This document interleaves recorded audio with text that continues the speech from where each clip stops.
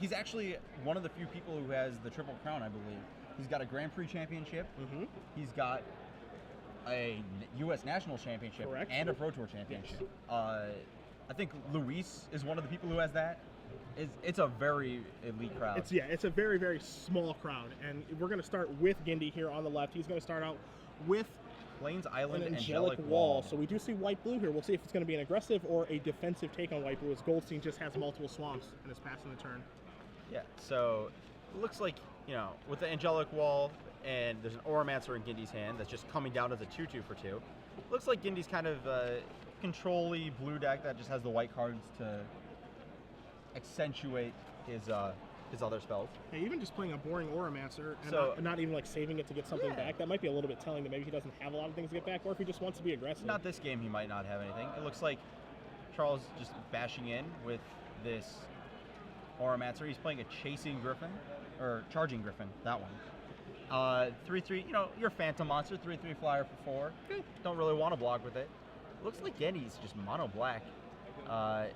4 swamps. Does he have a 4-drop to play? He's got a couple more swamps, and as you see him consulting his teammate up top there, Nate Sturm. He also has a Dark Favor in his hand too, but not a ton to do right now. We'll see how Black Goldstein's deck is, if he has Corrupts or anything. And he has 16. He's a 16 swamp, 1 Mutavault deck. Okay, so we'll talk a bit more about this later, but we may have the same thing on the other team too. Oh, swamp-based deck? Yep. Oh, okay. This is an interesting split in this format. We were talking about, so Quag Sickness takes down the Charging Griffin. We're talking about, this 2/2 split a color between all your decks. If you just go 2/2 mono color, that's another thing. And, Black might have the capability of doing that in this format. So Oromancer crashes in. It looks like Sarah Angel's going to hit the board for Charles. Another nice play there from Gindy. Just he's got some solid cards in his deck, as you can definitely tell. Looks like his last 2 cards are another Oromancer, and I think that's a Wall of Swords. Oh, well, it's gone now. We're going to find out right now. Takes it down, but 6 power on the board puts Danny down to 10 life. Charles passes the turn. Danny draws. He's going to corrupt this Angel, I think. Yeah, there is a Corrupt in his hand. He actually has 2 of them in his deck, and part of the reason that he's mono black, Ari, is he has 2 copies of Corrupt, he has 2 Quag Sicknesses, and he has 2 Nightmares. Jeez. Yeah, Nightmare is a classic. I'm sad they got rid of the Melissa Benson art. I'm sad. The old Flaming Horse. And there is the first Nightmare. That is a 6/6 right now, flyer. You see Gindy has drawn an island. I think his card is an Angelic Wall. Yeah, I don't think those are going to be staying in for long in this matchup. No, I can't imagine that they are, but I can't imagine Gindy's going to get in the red zone right now either. There's not the thing that we talk about in this format is there's really a lack of combat tricks, so there's not anything that he can really bluff. He could have show a Valor. Yeah, that would pretty be much his bluff, it. But I think that especially when you haven't played the game in a way that you've represented it at all, I don't think you can make that attack necessarily right here with the Sarah Angel. Especially if your opponent attacks with Nightmare, he's not really in a race that he's going to try and win. So Gindy's getting bashed with this 7/7 Nightmare now. So probably just going to throw away this wall. Yeah, I mean, I think that's why you kind of see the pause here is am I going to block with the wall now, or am I going to try to block with the wall later? It looks like he's just going to.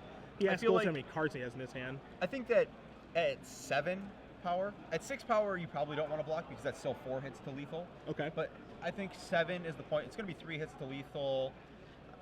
I think you probably want to chump. I think that this is as big as this Nightmare is going to get. It's not like this wall is going to chump something bigger. But I guess Gindy's going to just accept the walls hanging out. He's going to take the first blow. Okay. Going to 13. Sarah Angel cracks in. Oh, a snap block and a pump. Okay. Single pump. Yeah, Shade dies. So I think Goldstein thinking maybe it got +2/+2 on the pump. Yeah. That card's actually really important. I think that's one of the. Black doesn't have anything bigger than a 2/2, but that's the best common flying finisher, I think. So a misstep there from Goldstein. He's still quite far ahead. Yeah, I mean he still has. Gindy's still looking at these double angelic walls as kind of bricks at this point of the game. Goldstein shoves in with the 8 power Nightmare. 6 fires off a Corrupt, takes down the Sarah Angel, goes back up to 18. Yeah, now he's just now his life total is just so healthy. He's going to follow up with a Corpse Hauler and just pass the turn back. Yep. So if anything goes wrong with the Nightmare, if it were to die, claustrophobia. Well, not to claustrophobia. Yeah. So this is the problem that you talked about with with some of the removal in this set Yeah. that actually doesn't kill the creature. It leaves Right. the creature in play. So, looking at his graveyard, there is a shade for him to get back. He can, that shade that we may have accidentally thrown away, misread the ability. Yeah. It's okay. We'll come back, and the shade might just be enough to take down the game, especially at this point. Oh, but we're opting to Dark Favor up this guy? So it's going to turn into a 5/2. 5/2.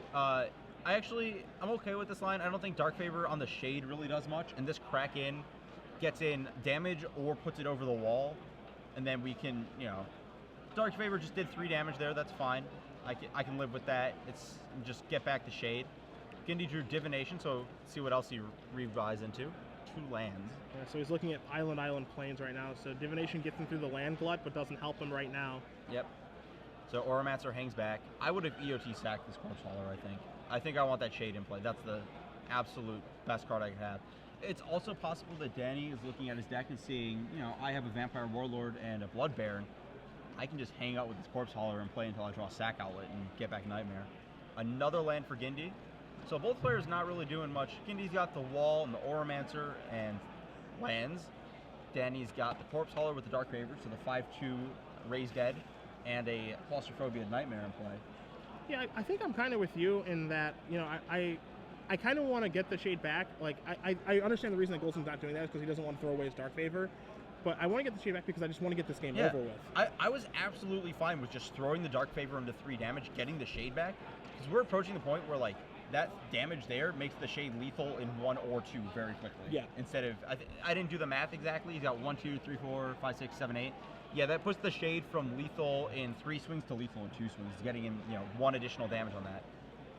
That's well, I guess we drew the Warlord, so we got rewarded for holding on. Yeah, so now he can make the play that you mentioned, which is sacrifice the Nightmare to get rid of the Claustrophobia, and then sacrifice the Corpse Hauler to get back the Nightmare. So, so it's this convoluted little circle that we're going to go around to be able to get that back. But not going to make that play yet is Goldstein, as Gindy does play a Messenger Drake past the turn back. I think Altar's Reap is the draw step here, I believe.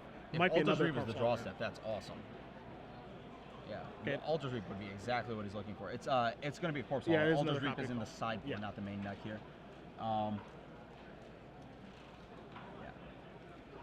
So in comes the Vampire Warlord attacking for 4, basically saying you can block wherever you want to because I can save my guy, and I'm more than happy to save my guy by sacrificing a Nightmare. Yes, especially when I have a Raised Dead on the board. Yeah. Gindy's debating whether he wants to throw the Auramancer in front or the Wall. Yep. I think you want to throw the Auramancer, because if you throw the Wall, it can't chump block the Nightmare later. Yeah, I think the Wall actually has some value, 3 or 4 turns down the road. And though the thing is, the Auramancer might be able to get in starting now or soon.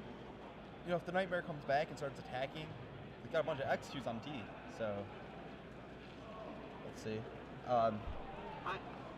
I'm looking at this deck list here. I'm not, Dark Favor, a huge fan of it in this deck. Yeah, I don't think that his deck is really that aggressive of one. Yeah. It can make it so his guys a little better, maybe trade up, but I think he's playing a more defensive role. Yeah. So we've got the Corpse Hauler gets back the Nightmare. The Nightmare was sacked to regen the Warlord. Gindy draws a Sensory Deprivation, but that Nightmare is big. That Nightmare is bigger than -3. So Claustrophobia is down in the graveyard. If Gindy has another Auramancer, he can get it back, but he used his first 2 in the early game. Yeah. And you see the Sensory Deprivation is actually pretty good against the Vampire Warlord, making it into a 1/2. I think Gindy is probably going to pull the trigger. Yeah, I don't think you can afford to save it. It's never going to be enough to take down this Nightmare. Yeah. Nightmare's a 9 power creature now. Danny's got another land in his hand. It's going to be 10. Yeah, This Nightmare is just going to kill you in 1 hit. It's okay. Don't worry about it. All right, so Goldstein draws a card. Looks like a Xanthrid Necromancer. Another nice card from his deck. His deck looks very, very strong. Yeah. He has a lot of options on which kind of 23rd card he has that I don't necessarily agree with, but it's all format specific decisions. I like Duress in this format a lot. Yeah. He appears to be leaving them in the sideboard, maybe waiting for his opponent to represent having the removal spells or things that he wants to Duress. He has 23 playable black cards, and that's his game plan: is Corrupts and Nightmares. And so there is the Necromancer after Gindy does chump block here with the Angelic Wall. He's going to play the Corpse. Going to get that back, sacrifice, and just play the other one. Okay. He's corpse hauling corpse haulers to make tokens. Theme deck. It's cute. I'm actually kind of jealous. That's fun. It's pretty Actually, sick. I actually kind of I like that a lot. Yeah. Yeah, so corpse hauler is a human. Triggers Xanthid Necromancer and makes a zombie. Yeah. So I actually like that a lot. Yeah. Looping those. He's going through. That's really awesome. He's going through the back door to make some 2/2s. For a format that I thought was really straightforward and like just good cards are good, average cards are average, you see it all on the table. We're seeing some pretty awesome things going on in just the first 2 rounds. You know, wishing for more wishes, chaining together a bunch of zombie tokens. You know, I'm pretty impressed. I don't think Gindy's in love. Yeah, I think Gindy's doing the little finger swirl. Gindy's explaining to I think Chris VanMeter. He's like, yeah, so he can do this for as long as he wants, and I can't even break it up because they're Gravediggers, and he can just keep doing it. Yeah. Oh, Planner Cleansing. Well, I hope you're tapped out with the one in play. We needed it this turn right now. So we've got the Mythic Sphinx here. It's a 3/7, and whenever a creature with flying attacks, you draw a card, I believe. That's correct. Whenever a creature you control. You control with flying. Oh, whenever a creature with flying. Never With mind. flying, So it yeah, can be okay. his. Okay. So it is symmetrical. Well, I loosely use symmetrical. I use symmetrical loosely there. Yes. Yeah, this card's pretty. I'm not going to complain about playing it in this format. It's a pretty acceptable mythic rare to kill people with. Yeah. It's not absolutely game shattering. I don't think you can give blue 2 absolutely game shattering mythics. We already have Jace, so.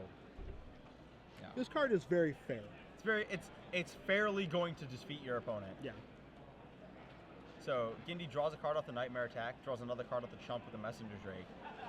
This Sphinx is interestingly, I think that the zombie engine might actually be important. I thought the Nightmare would just take it home, but this Sphinx might have been enough to stabilize against the Nightmare. But we're just paying 5 mana to make a zombie with this Corpse Hauler for the rest of the game, and I think that the fact that Gindy has to answer that in addition to whatever else he's doing is it's gonna make things real troublesome. So Gindy's drawing a card. Does he have a Planner Cleansing in his deck to draw to? Let's see. Do you want to spoil it for them, or do we want to leave it as a surprise? I kind of want to leave it as a surprise. Okay. Well, I know, and I won't tell you guys. All right, fine. Yeah, turn the deck list over. I don't want to be able to see. Okay. Gindy going to play a Griffin Sentinel and a Wall of Frost, and he has enough mana up available to play the Sea Skite in his hand as well. So he's trying to make a comeback here, and he's going to be able to draw a bunch of cards to be able to do so. If you're Goldstein, you want to get this over with. It's a Mark of the Vampire he drew. What are we going to suit up here? That's a card I'm absolutely okay with being in his deck. I said stuff about Dark Favor earlier. Mark is just good times. Yeah, Mark is just good. Mark of a Nightmare, shove. Yeah. So Mark goes on the Warlord. He wants to build bigger threats. He wants to spread his power, not put it in one place, especially against this deck that could pacify or whatever to his creature. Yep. He's not getting in with the Nightmare. He doesn't want Gindy drawing to a potential Planner Cleansing. He's just shoving with all the ground guys. So do you like the no attack with Nightmare? Yeah, absolutely. Okay. I like the no attack with Nightmare for a lot of reasons. I think that it prevents Gindy from attacking back with his flyers and drawing cards. The way you're going to lose this game is that Gindy gets to draw a bunch of cards and finds a Planner Cleansing or some other ridiculous out, or like a Jace or whatever, and you have the game locked up in another angle. Why let Gindy draw to his outs, even if he doesn't have them? We see the blocks here. Damage is going to, after the dust is settled, you're going to see the Necromancer go to the graveyard, the zombie be put into play for that. So does Goldstein a very stacked board. He does tap out very, very low here. So Planner Cleansing right now would actually be very, very good. Well, he'd still have 2 zombies in play. How so? Necromancer triggers. Dead.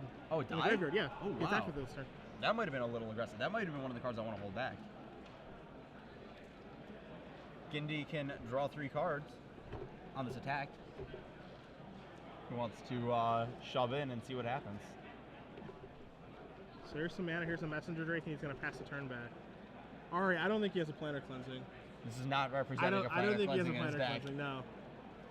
I think if he had a Planner Cleansing, he would have tried to Hail Mary attack. Absolutely. And see if he gets there. We're counting up the creatures. Goldstein draws a card for the turn. He does have a Swamp. He's going to play it. Last card in his hand is a bit of mystery. He's going to turn them all sideways, and Gindy is going to concede. So Danny Goldstein is going to win game number 1 here over Charles Gindy. You're seeing another match in this matchup. Chris VanMeter did win game number 1 over John Chase. We're going to cut to another match for you guys in just a moment. But am I right? Is there no planet cleansing?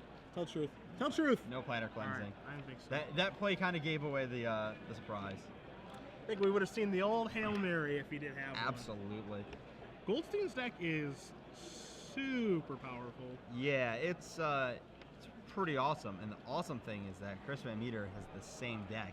You know, he's only got 1 Nightmare and 1 Corrupt, but 17 Swamps, multiple Quag Sickness, Sengir Vampire, Shadowborn Demon. You know, those make up for the lack of Corrupts. I was gonna say, so he's basically Goldstein Light is his deck. Yep. Yeah, we got some mono black battles going on over here. Mono black is like, He also has I don't life know. beans on I don't it. know like what the best deck is, you know, in this format. But mono black is kind of this deck that I think kind of is a deck that people really want to draft. I don't want to say it builds itself. Maybe it builds itself in Team Seal, but you know, if you can get a Team Seal deck, you would like to have that one. Yeah. I think that mono black's a little unrealistic to lean on as an archetype necessarily.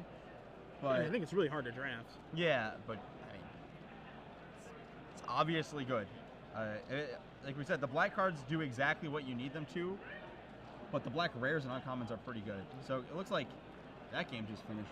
Yeah, we cut over to Kenny Castor facing down a lethal Pitchburn Devils that he can't actually kill because it's a 3 life. And so Nate Sturm was ahead. Castor drew his card for the turn, which was a Chanter's Outrage, which just did not help him.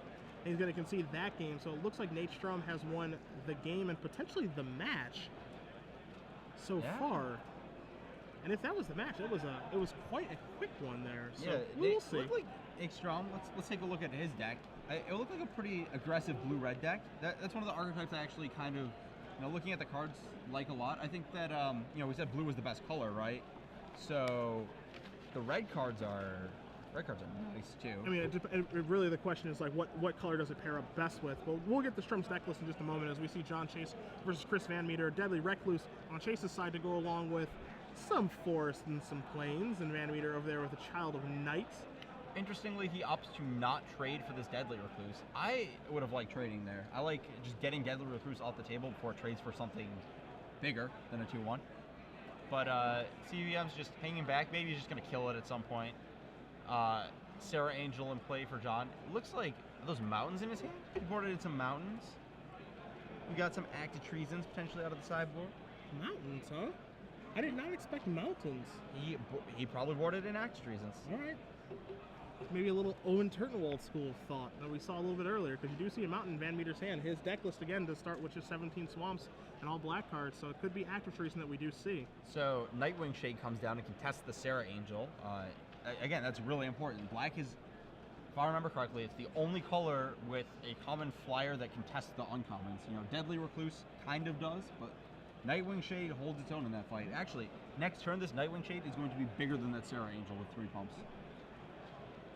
So another Deadly Recluse from there from Chase. So that Sarah Angel attack brings life totals down a little bit, 18 all, I believe. But these Deadly Recluses are going to hold the fort for a while. You know, like I said, I like the attack earlier. You know, just Child of Night trading for Deadly Recluse is absolutely okay, because that Deadly Recluse no longer gets to trade for my Nightmare or for my my Shade. Yeah. Yep. And as we see here, now CBM's looking at a board where what are his attacks? We're gonna, you know, can't attack these 2 power guys with the Sarah Angel. Can't attack in with the Shade and just trade it, because you know we're gonna have to run him out of Deadly Recluses the hard way. Yeah, things look like they may have gotten a little more difficult. You see CVM pointing at a card in his hand, figuring out what he wants to do. This is A Nightmare. That was a Nightmare. All right, 5/5. 5/5. So Sarah Angel now outclassed in the air. We've got an old-fashioned board stall.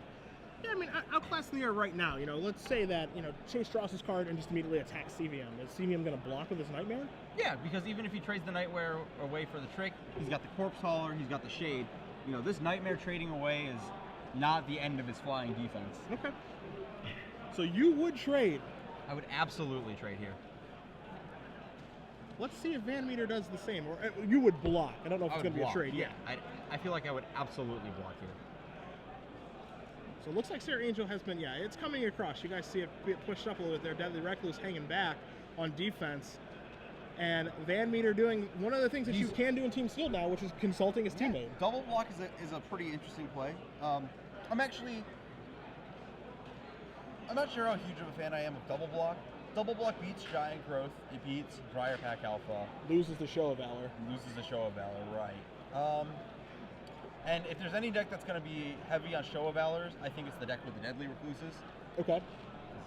Make them bigger. Yeah, your pump spell is going to make it live through everything. You know, Giant Growth makes it a 5. There are some 5s that it will trade with, you know, but Show of Valor, nothing is killing 6. So, I feel like you want to block here, though, as I'm saying. There was no block. They consulted. VanMeter talked to Gindy and Castor about blocking, potentially double blocking. They decided no blocks necessary, going to go down to 14. And Chase is going to tap some mana, play a card post combat, and pass the turn. I believe that's a Spore Mound in the Sapperling token from the landfall. The not actual landfall, landfall. Landfall that is not landfall. So one of the reasons you might not want to block there is that CVN has a Ring Flush in his hand. So he thinks if you just can untap, there's never going to be a turn again where the trick matters. So that's like a very reasonable thing. I didn't necessarily see the process of the Ring Flush when I first saw it. So, you know, if you have a way to beat a trick later, you know, you're at 18, that's fine. You're also playing against a deck that has no reach in green-white. Yeah, there's Enlarge, and that's about it. And there is no overrun. Yep. Either to really punish you. As here's Quag Sickness attempting to kill the Sarah Angel. I don't agree with that necessarily. I think that CVM is underestimating how much these Deadly Recluses are messing up his game plan, especially with a Mark of the Vampire in his hand. He's got an answer. Well, I definitely agree with you that like the Deadly Recluses are like they're a problem in the fact that you have to get through them to actually be able to win the game. He has an answer for one with Ring Flash. He's going to have to find an answer for a second one. My issue is that, you know, he didn't attack on the early turns to trade. Okay. He didn't.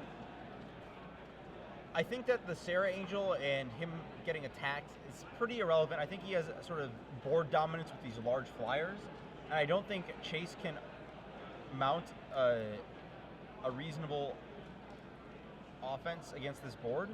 And I think that he just wants to, if he gets the Deadly Recluses out of the way, he can start closing before Chase finds the answers to the flyers. But it looks like he's realized, you know, what he's got to do. He's got to, you know, blast through these Deadly Recluses. He's going to throw the Shade away at 1 first. You know, we still have Ring Flesh, we still have a Rebuy on the Corpse Hauler. We're going to have to grind them down, but we have the resources to do so. Yeah, he just needs to, as you said, just grind through these Deadly Recluses, because they're basically, you know, walking removal spells. Yes. You know, that's what they currently stand as, kind of annoying walls that can trade for things. But he does have the resources currently to grind through those. The question is, what does Chase have to kind of get himself back into this game? Yeah. Let's see here. Yeah, that Spore Mound throws a bit of a wrench into the plans of maybe trying to get attacks in that are this Child of Night trading for 1. But, you know, Child of Night only goes so far, yeah. I feel like. So Chase is just opting to take the damage, take the 4 on the double pump of the Shade, going down to 14 himself. Shields are down here for VanMeter, so let's see if Chase can do anything to take advantage right now. Yeah, no Ring Flesh up. It looks like, I believe, I want to get his deck list in front of me because I believe there's a Briarpack Alpha in his hand. There's also the Green Rare Sliver, the 6/6, and a Giant Spider. Okay. Or the +3/+3 3/3 Sliver. The Megantic, the pre-release card. Big Papa Slivs. That's his nickname. Yeah. That's Big Papa Slivs. That's what they call him. On the streets. Well, he does have some very, very good cards to draw to. He does have Briarpack Alpha in his deck, does Chase. In his hand, yeah. He has it in his hand as well. He has Garrett Caller of Beasts. He does have 2 copies of Giant Spider, one of them currently in his hand. He also has 3 copies of Hump the Weak as well. Yeah, that's pretty sweet in this Deadly Recluse deck. Yeah. You know, Bones. You know, again, this is a format where the good cards are very, very good. I'm okay with playing a Bone Shards if it's accomplishing killing whatever their Shivan Dragon is or something like that. No. 6 mana. There is your Megantic Sliver. The 6/6. Other slivers are going to get +3/+3 that he controls. Yes. No longer symmetrical. Yeah. No fear of CVM dropping a Siphon Sliver as a 5/5. Yeah. Spore Mound to me, because there's no overrun in this format, super underwhelming card. the ones that it makes, are those ever really going to be all that relevant? It's a small amount of, it's enough value that being a 3-3 for a 3-3 for 5 isn't absolutely embarrassing, would be the way I'd put it. You know, 3-3 for 5 in this format's kind of underwhelming against like Siege Mastodons or 3-3 Flyers. So we see the same Nightwing Shade attack as last turn. Let's see what happens. Yeah, 3-3 for 5s are underwhelming, but making tokens makes it acceptable. Sure. There's still, like, if you're red, there's Seismic Stomp. If you're white, there's Fortify. There's a few things you can do with the tokens. You know, adding power to the board is always acceptable. Yeah, but you're getting free power. Yep. So this turn we opt to block with the Deadly Recluse. Which I think I'm okay with. The question is, you know, we didn't block last turn. We're blocking. It's about the same mana up. I guess like mana up. your question is what changed. Yeah. If you're not blocking last turn, what changed to make you want to block this turn? Which is a legitimate question. Yeah.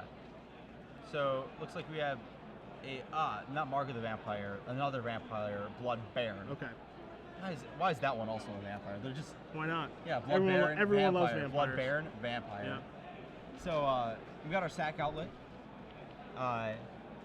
Not the first one of these that's not just a functional Nantuko Husk Phyrexian Ghoul reprint. Yeah. Only other creatures can be sacrificed to it. Cannot sacrifice itself. No. So, you know, this is one of the cards that enables CVM's post-board Active Treason plan. Yep. A plan I have a feeling we're going to see a lot of this weekend. Like Active not people just sideboarding into it, but I feel like it might be one of the sealed deck strategies in sealed is building an Active Treason deck because there are so many sacrifice outlets in black, and Active Treason is at common in red. Right. You see Chase and Goldstein kind of talking things through, figuring out what they want to do to try to be able to win this game. Again, Strum's team, Strum, Goldstein, and Chase are up a match. Strum dispatched Castor very, very quickly in 2 games, and they have Danny Goldstein up a game against Pro Tour champion Charles Gindy. VanMeter is up game 1 over Jonathan Chase, the one that we're watching right now, but they want to try to get this thing over with if they can. So Corpse Hauler is going to step in front of the 6/6 and just run the old turn into a raised dead plus a chump block. Sure. It's acceptable. Yeah, get back the shade. The shade. Yeah. You know, looking at this green-white deck, I'm kind of feeling the same kind of. We're talking about white being a little weaker in the last round. I'm not really sure. Like, there's not a lot of endgame punch in a lot of these cards. You know, not a lot of like the blue, black, and red cards can finish games. And a lot of these green and white cards are just kind of hanging out. Yeah, normally you're used to, because there's the giant spider there from Chase, normally you're used to overrun. Yeah. In green, or some way to close out a game that if you do get in a board stall, either A, your creatures are better than theirs, or B, you have something to draw to in the form of overrun or the various overrun variants, and those don't exist here. CVM draws another Ring Flesh. Okay. Yeah, they don't exist here, and no, I think that if you're green, you have to lean heavily on like something like Rampaging Bailoff in this, or not Rampaging, Predatory Bailoff in this format. Okay. You need to push your size advantage, and that's the exact point where your size advantage takes place. I think that I remember looking at Huey's deck list from last round, and he had 3 giant spiders in his sideboard, just not even looking at them. And I think that that's telling. That's a very legitimate point about this format to make, is that Pillar Field Oxes, they're fine, they'll serve a role, but in a format where it's a matter of you need to defeat your opponent's quality cards at every point, having cards that are effectively dead against those is not where you want to be necessarily. So something like Giant Spider doesn't really help you beat a Sarah Angel in any way, shape, or form. So what's it doing here? Spore Mound doesn't really beat a Sarah Angel in any form. It just gets sort of blooded up on the ground. You don't really want to be stuck with these cards. Deadly Recluse is fine. Deadly Recluse is always good. Yeah. So VanMeter tapping 5 mana, the 6 on the die representing how large the Nightmare is for you guys at home as well as us here in the booth. Here is the Nightwing Shade yet again. Again, VanMeter's hand is just 2 copies of Ring Flesh. I might have attacked there into the spider. And just thrown the ooh, that's a sliver that we drew there. Yep. A sliver. Oh, Goldstein. So the match is over. This is just the honor match. Nate Sturm, Danny Goldstein, and John Chase defeat CVM, Charles Gindy, and Kenny Castor, and this is the battle for honor. And so it does look like that Goldstein did defeat Charles Gindy 2-0. Goldstein had a very, very good deck, so that is not terribly surprising. And Sturm did win his match over Kenny Castor very, very quickly. So Jonathan Chase versus Chris Manor. We'll stay here with this one, but this game and match is of little consequence, unfortunately. But it's always good, of course, to get practice in. Yeah, Make sure you know how your absolutely. deck operates. Learn how to play around some of the other tricks in the format. As you see Gindy there, a little disappointed in his loss. Yeah, at Providence we actually won later matches because we played a third game out. You know, like one of my teammates missed a trigger and got reminded about it, and he's never missed a trigger for the rest of his. Like would have lost us a match, missed a trigger later. Yeah. We played the irrelevant game, lost it because of missed trigger. Yeah. Now I know. Just things like that. So there's a Sentinel sliver making this megalithic sliver vigilance. Looks like it's getting ring flesh down in combat. So the Briar Pack Alpha is going to step in, try and save it, and the other ring flesh. So -1 plus 6, so that's 8. 6 plus 2, 8. Sliver down.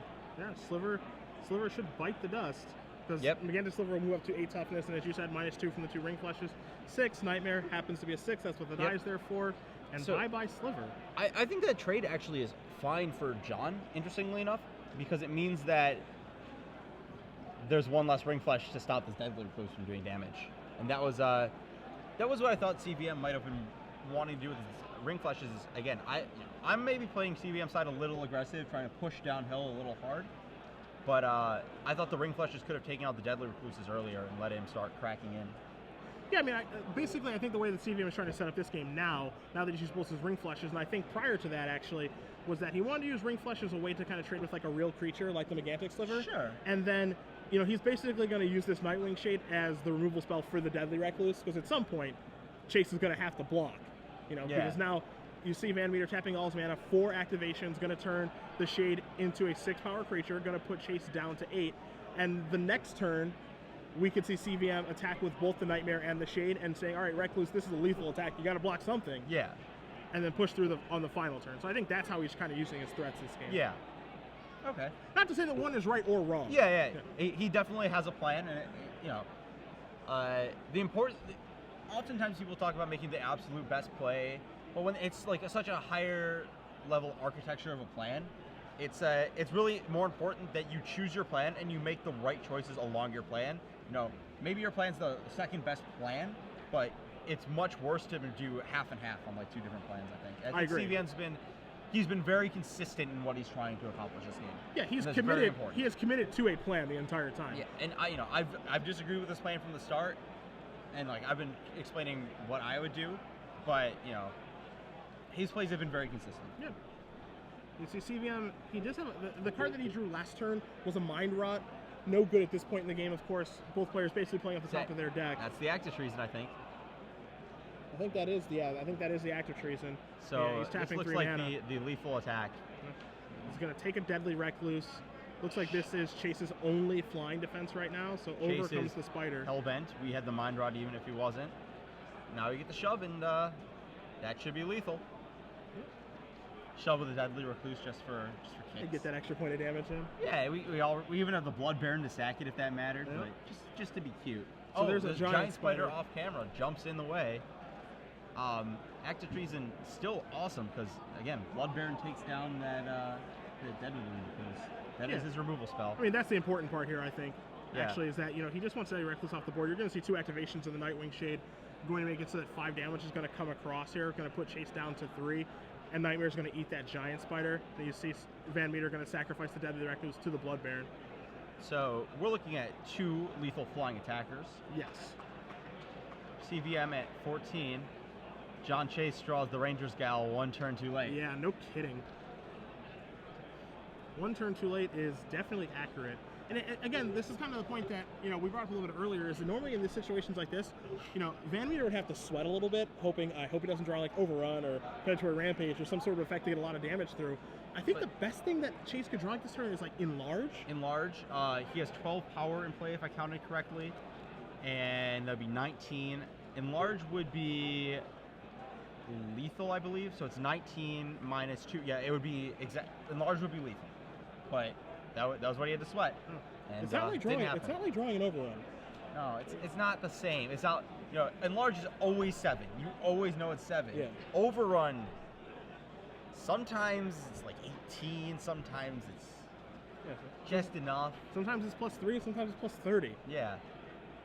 It really does vary. It scales. Yeah, Though, yes, it does. actually, it's not lethal. I forgot you could Blood Baron to sacrifice creatures. So CVM even had the lock-in enlarge, and he, yeah, because 2 life off the child, 1 toughness, 3, 4, 5 is the Baron. So you have to sacrifice 1 creature, and you'd be left with the Nightmare. So even enlarge was not enough. It was exactly not enough, but it wasn't enough. So see some blocks here from VanMeter. Some creatures are going to bite the dust.